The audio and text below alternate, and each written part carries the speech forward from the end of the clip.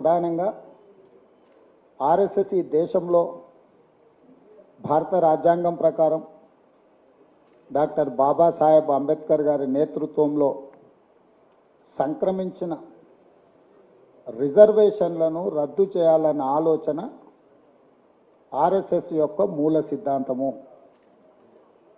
ఈ మూల సిద్ధాంతాన్ని అమలు చేయడానికి వాళ్ళు ఒక రాజకీయ కార్యాచరణను ఎన్నుకున్నారు. ఆ రాజకీయ కార్యాచరణ పేరే భారతీయ జనతా పార్టీ. ఈ భారతీయ జనతా పార్టీ సమయము, సందర్భము, అవకాశం వచ్చిన ప్రతి సందర్భంలో ఏ విధంగానైనా రాజ్యాంగాన్ని మార్చి రాజ్యాంగం ద్వారా సంక్రమించిన ఎస్సీ ఎస్టీ రిజర్వేషన్లను, ఆ తర్వాత ఇచ్చిన కులాల ప్రాతిపదికన ఇచ్చిన ఓబీసీ రిజర్వేషన్లను రద్దు చేయాలనేదే వాళ్ళ ఎజెండా. దీనికి సంబంధించి నేను ప్రస్తావించి నేను వివరాలతో కూడుకున్న ప్రెస్ మీట్లు పెట్టడం కానీ బహిరంగంగా మాట్లాడడం కానీ జరిగింది. దీన్ని దేశ స్థాయిలో చర్చకు రావడం వల్ల భారతీయ జనతా పార్టీ కార్యాచరణ ఆర్ఎస్ఎస్ యొక్క ఈ రిజర్వేషన్ల రద్దు సిద్ధాంతం మీద చర్చ జరగడంతో ఎన్నికల ప్రయోజనాలు దెబ్బ తగులుతుందేమో అని భారతీయ జనతా పార్టీ ఆ విషయాన్ని కప్పిపుచ్చుకోవడానికి ఆ విషయం చర్చ జరగకుండా శాయశక్తుల ప్రయత్నం చేసింది. ఆ ప్రయత్నంలో భాగంగానే నా మీద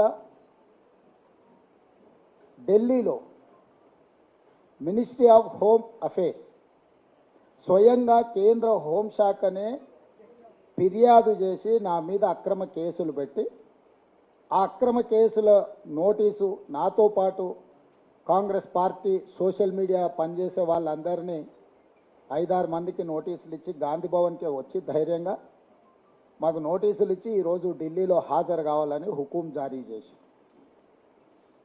నేను సూటిగా ఈ దేశ ప్రధానమంత్రి గారిని, ఈ దేశ కేంద్ర హోంశాఖ మంత్రి గారిని మీరు పదే పదే తెలంగాణ రాష్ట్రానికి వస్తున్నారు కదా, మీ పార్టీ విధానాన్ని వివరించకుండా మీ పార్టీ యొక్క ఆలోచన గతంలో మీ మంత్రులు, గతంలో మీ పార్టీ నాయకులు చేసిన వ్యాఖ్యలను పరిగణలోకి తీసుకోకుండా అంతకంటే ముందు 2000 సంవత్సరంలో అటల్ బిహారీ వాజ్పేయి గారు ఈ దేశానికి ప్రధానమంత్రిగా ఉన్నప్పుడు ఆనాటి రాష్ట్రపతి కేఆర్ నారాయణన్ గారి బడ్జెట్ సమావేశంలో ఉమ్మడి సభలను ఉద్దేశించి వారి ప్రసంగంలో మీరు పొందుపరిచిన సారాంశము, ఆ తర్వాత కేంద్ర ప్రభుత్వం ఇచ్చిన గెజిట్ నోటిఫికేషను, ఆ తర్వాత కేంద్ర ప్రభుత్వం అపాయింట్ చేసిన జస్టిస్ వెంకటాచలయ్య కమిషన్ రాజ్యాంగంను మార్చడానికి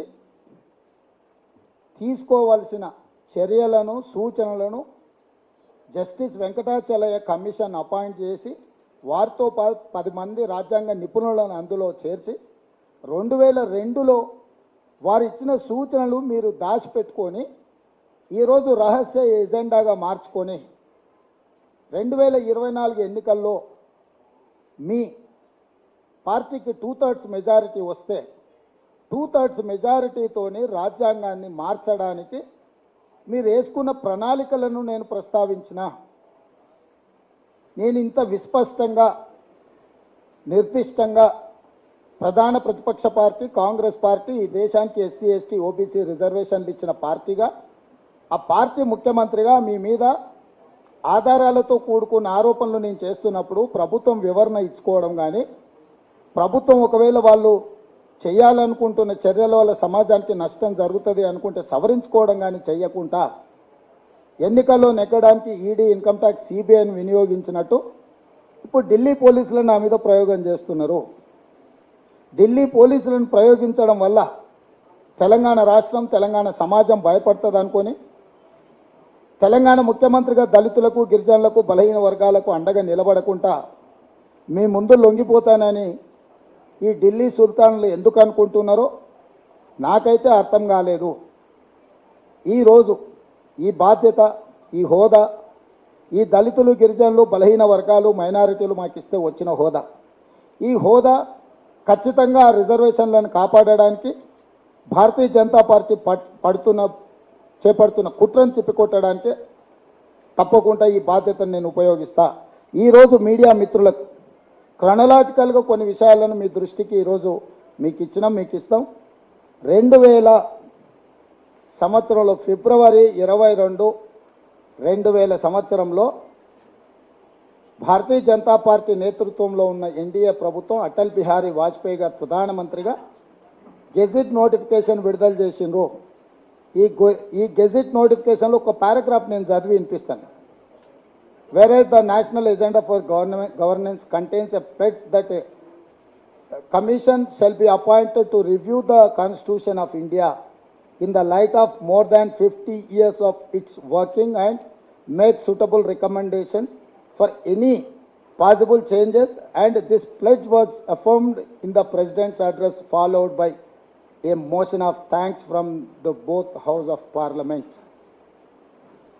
స్పష్టంగా ఉభయ సభలను ఉద్దేశించి ఆనాటి రాష్ట్రపతి కేఆర్ నారాయణన్ గారు మాట్లాడిన ప్రసంగం తర్వాత మేము ఒక కమిషన్ అపాయింట్ చేస్తున్నాము అని గెజిట్ నోటిఫికేషన్. ఈ గెజిట్ నోటిఫికేషను మీలాగా ఫేక్ వీడియోలను లేకపోతే ఆధారాలను సృష్టించలేదు. గవర్నమెంట్ ఆఫ్ ఇండియా దగ్గర పార్లమెంట్లో ఈ గెజిట్ నోటిఫికేషన్ ఉంటుంది. దీని తర్వాత ఈ గెజిట్ నోటిఫికేషనే ప్రధానమైన ఆధారం. మీ రాజ్యాంగాన్ని మార్చాలనుకుంటున్నారు. ఈ రాజ్యాంగం మార్చడానికి దీని తర్వాత జస్టిస్ వెంకటాచలయ కమిషన్ చైర్మన్గా వారితో పాటు 10 మంది సభ్యులు, మన ప్రాంతానికి సంబంధించిన నాకు తెలిసి జస్టిస్ జీవన్ రెడ్డి గారు కూడా ఇందులో సభ్యులు. వీరే కాదు, ప్రతిభా భారతి గారి తండ్రి వారు కూడా ఈ 10 మందిలో ఒకరని నేను భావిస్తున్నా. వాటి వివరాలు మీడియా మిత్రులు ఒకసారి సేకరించాలి. వాళ్ళు 2002లో స్పష్టమైన నివేదిక ఇచ్చిండ్రు ఆనాటి ప్రభుత్వానికి. 2000 సంవత్సరంలో కమిషన్ అపాయింట్ చేస్తే 2002లో రాజ్యాంగాన్ని ఏ విధంగా సవరించాలి, ఏమేమి సవరించాలి, మిగతా విషయాలకు సంబంధించి నివేదిక ఇచ్చిండ్రు. ఇప్పుడు ఆ నివేదిక అందుబాటులో లేదు. ఆ రోజు ఎందుకు రాజ్యాంగాన్ని సవరించలేదంటే 2004లో ఈ దేశ